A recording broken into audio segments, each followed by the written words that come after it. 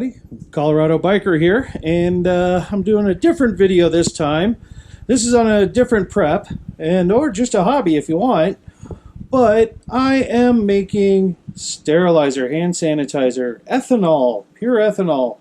So this is my still. This is running with sugar water.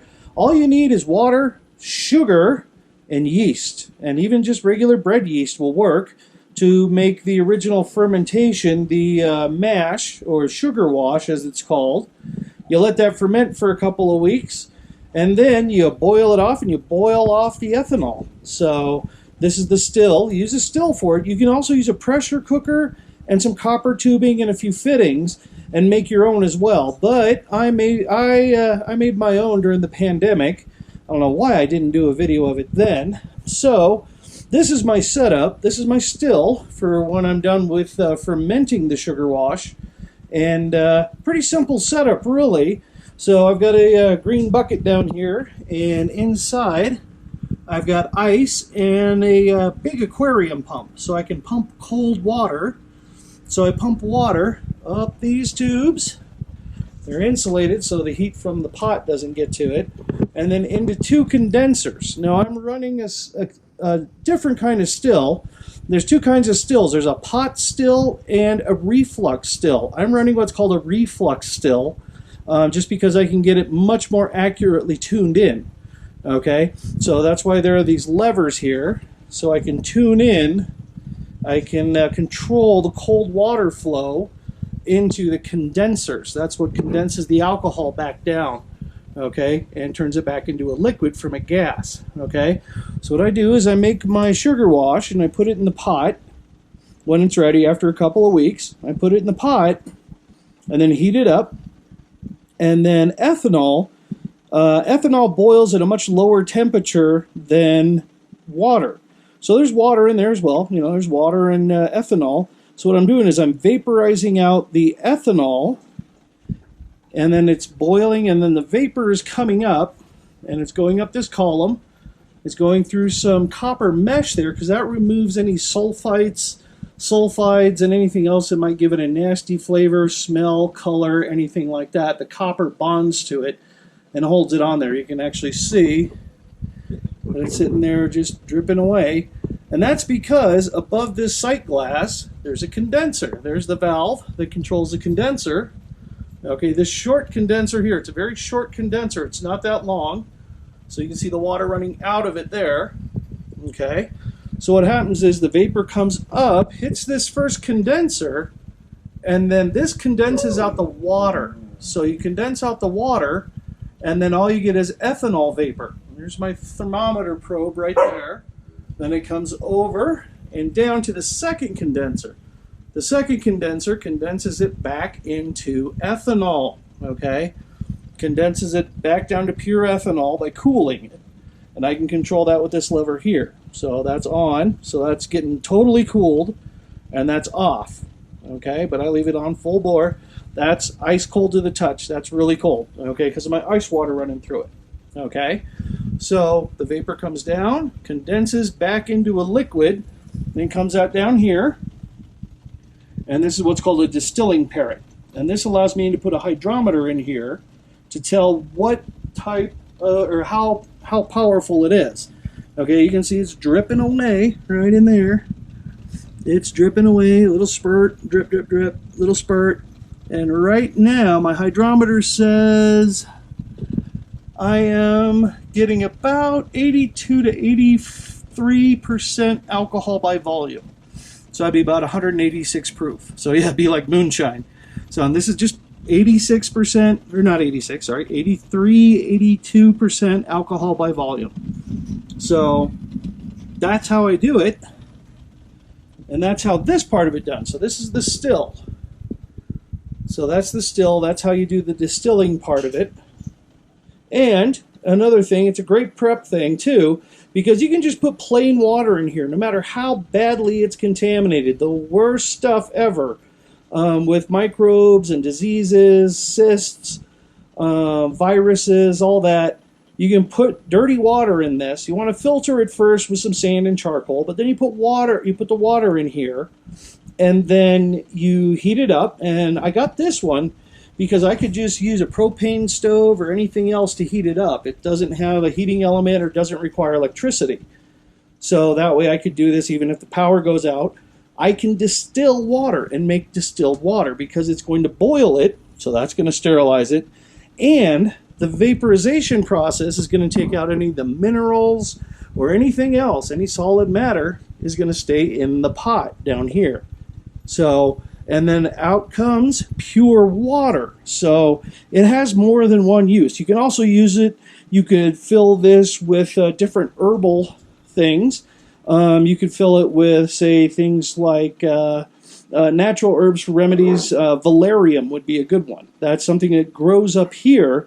I could go out and get valerian root, put a bunch of valerian root in there, and then distill it off. It's called steam distillation. Do the same thing and distill it off, and I would come out at the other end with valerian extract, which would be valerian root extract, otherwise known as Valium. So I can make my own pharmaceuticals as well by using something like this. So there is a reason for it. It's a good prep. This did cost me a bit of money. I've been putting it together over the past couple of years. So I spent probably $300 on the whole setup, maybe $350. But I've slowly pieced it together. Now you can buy a cheaper one. Like this one started as a cheap one. It had like a football shaped and then a condenser on the side. And that one's okay. It works all right. It's good for water, maybe botanicals, but it's not a reflux. That's what's called a pot still. And it doesn't let you control what comes out of it as accurately as I do with this one. This one really lets me accurately control exactly what I'm getting, what's coming out. And I do need to do a little adjustment here. I just turned down the water flow a bit for the condenser over here for the reflux to bring up the temperature because my distilling over here is slowed down. So I'm still probably running about 82-83% alcohol by volume. And in a pinch, well, not in a pinch, but yeah, you can drink this. This is pure ethanol. It's 83% ethanol, the same thing in alcoholic beverages, which is nice. You do have to be careful at the beginning because you can pull out some things like ketones, acetone, methyl ethyl ketone, methanol, all these nasty chemicals you don't want in there. It's only about, this is a 5-gallon batch. I only get about 20 milliliters or about 3/4 of an ounce of the nasties out of it. So I just put that in the bottle for the starter for the barbecue grill or for the fireplace. So I just spray that in there and it starts right away. So, but this is a good part. I'll show you the very start of it. I did a video of that, just removing all the nasties to begin with.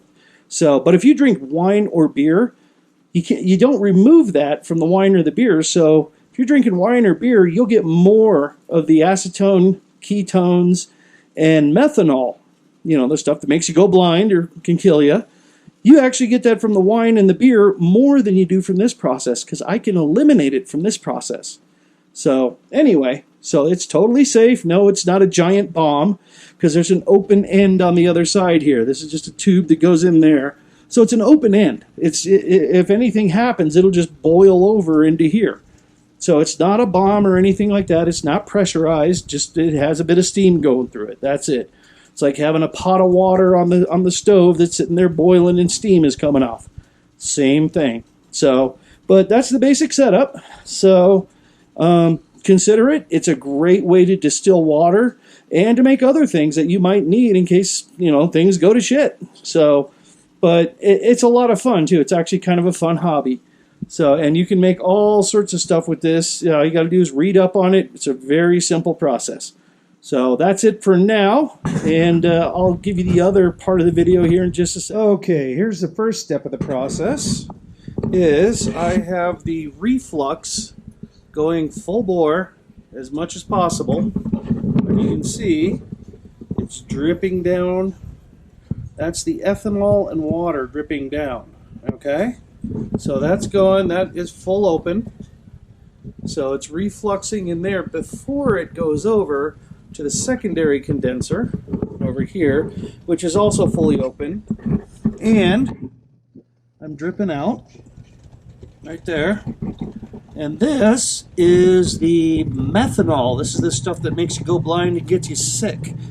And out of a 5-gallon batch, I'm going to remove the first 50 milliliters. So I save it. I use it for lighting the fireplace.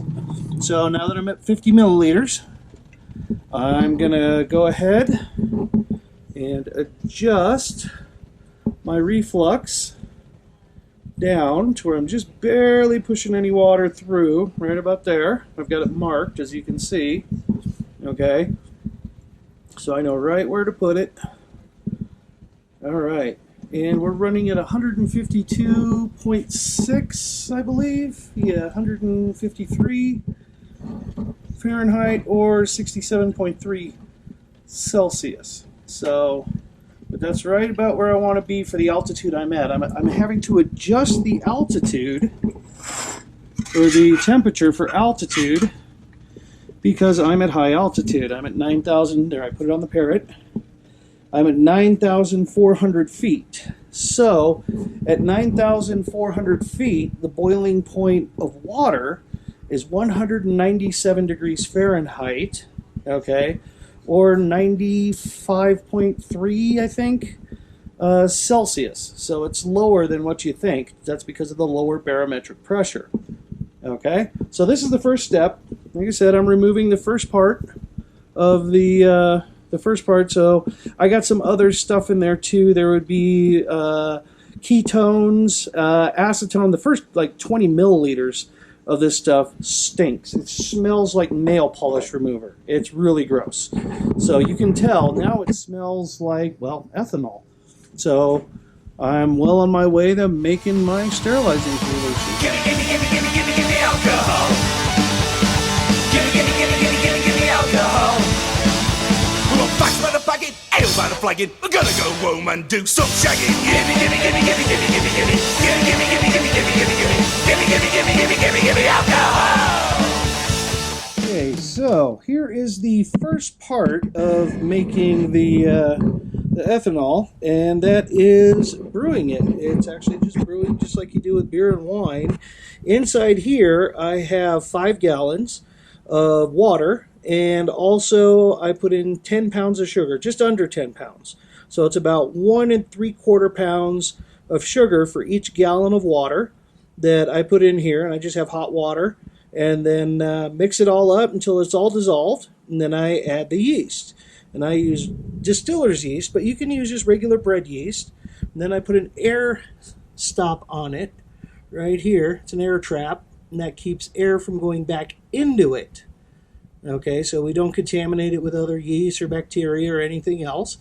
And I just mix it up, put some yeast in it, and then put it somewhere warm and safe and dark for about 2.5, 3 weeks. So this has been 2.5 weeks. It's pretty much stopped bubbling. When it first started, that was bubbling almost constantly. So it's pretty much almost done. It's about to bubble one more time here. We might wait for that. But these are pretty much done. It's that means all the yeast has ate almost all the sugar in there and converted it into alcohol.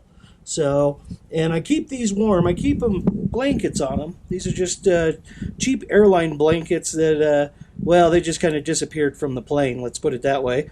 So I wrap them up so it keeps out the light and it keeps out or keeps the heat in.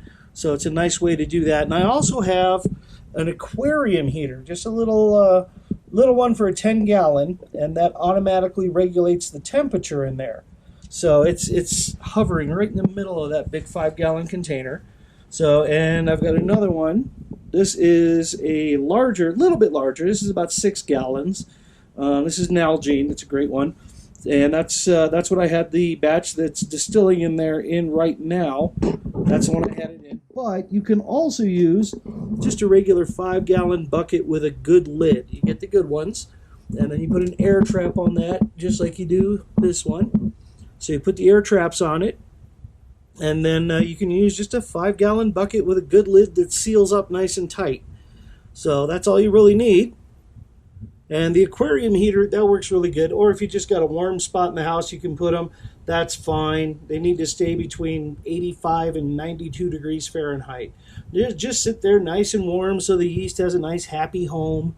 Sit there and just eat all that sugar. And I just bought the 50-pound bag of sugar. There's 4 of these in here, as you can see. So that's about 21 gallons of sugar wash that I use to make the ethanol. So, and it just sits here for about 2.5 weeks, bubbling away, doing its thing, and it's nice and happy, and gives me lots of ethanol when I'm done. Pure ethanol. So there you go. So that's how I do it. It's pretty simple. Pretty simple. I got this container at a recycled container place. That was $3. So, and I got a few of them. I got this one, same thing. That was $4, I think.